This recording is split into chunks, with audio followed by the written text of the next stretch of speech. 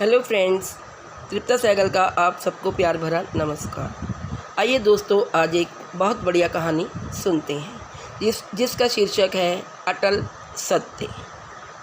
दोस्तों, एक समय की बात है, एक राजा था। उसके कोई पुत्र नहीं था। राजा बहुत दिनों से पुत्र प्राप्ति के लिए आशा लगाए बैठा था, लेकिन पुत्र की प्राप्ति नहीं हुई। उसके सलाहकारों ने तांत्रिकों से सहयोग लेने को कहा। तांत्रिक की तरफ से राजा को सुझाव दिया गया कि यदि किसी बच्चे की बलि दी जाए तो राजा को पुत्र की प्राप्ति हो सकती है। राजा ने राज्य में झिंडोरा पिटवाया कि जो अपना बच्चा बलि चढ़ाने के लिए राजा को देगा उसे राजा की तरफ से बहुत सारा धन दिया जाएगा। एक परिवार में बहुत सारे बच्चे थे, गरीबी भी बहुत थी। एक ऐसा बच्चा भी था जो ईश्वर पर आस्था रखता था तथा संतों के सत्संग में अधिक समय देता था। राजा की मुनादी सुनकर परिवार को लगा कि क्यों न इसी को राजा को दे दिया जाए, क्योंकि यह निकम्मा है, कुछ काम धाम भी नहीं करता और हमारे किसी काम का भी नहीं है, और इसे देने पर राजा प्रसन्न होकर हमें बहुत सारा धन दे देंगे। ऐसा ही किया गया। बच्चे को राजा को दे दिया गया। राजा ने बच्चे के बदले उसके परिवार को काफ़ी धन दिया। राजा के तांत्रिकों द्वारा बच्चे की बलि देने की तैयारी हो गई। राजा को भी बुला लिया गया। बच्चे से पूछा गया कि तुम्हारी आखिरी इच्छा क्या है। ये बात राजा ने बच्चे से पूछी और तांत्रिकों ने भी पूछी। बच्चे ने कहा कि मेरे लिए रेत मंगा दी जाए। राजा ने कहा बच्चे की इच्छा पूर्ति की जाए, अतः रेत मंगाया गया। बच्चे ने रेत से 4 ढेर बनाए। एक एक करके बच्चे ने 3 रेत के ढेरों को तोड़ दिया और चौथे के सामने हाथ जोड़कर बैठ गया और उसने राजा से कहा कि अब जो करना है आप लोग कर लें।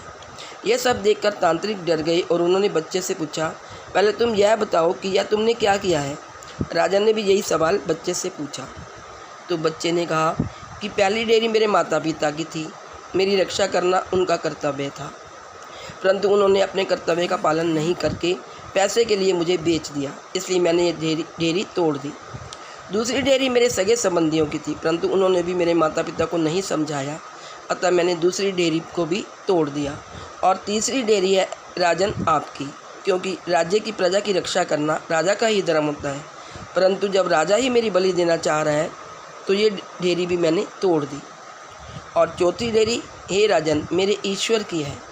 अब सिर्फ और सिर्फ अपने ईश्वर पर ही मुझे भरोसा है, इसलिए यह एक डेयरी मैंने छोड़ दी है। बच्चे का उत्तर सुनकर राजा अंदर तक हिल गया। उसने सोचा कि पता नहीं बच्चे की बलि देने के पश्चात भी मुझे पुत्र की प्राप्ति होगी या नहीं, इसलिए क्यों ना इस बच्चे को ही मैं अपना पुत्र बना लूँ। इतना समझदार और ईश्वर भक्त बच्चा है, इससे अच्छा बच्चा और कहाँ मिलेगा। काफ़ी सोच विचार के बाद राजा ने उस बच्चे को अपना पुत्र बना लिया और राजकुमार घोषित कर दिया। देखिए दोस्तों, जो व्यक्ति ईश्वर पर विश्वास रखते हैं उनका कोई भी बाल भी बांका नहीं कर सकता।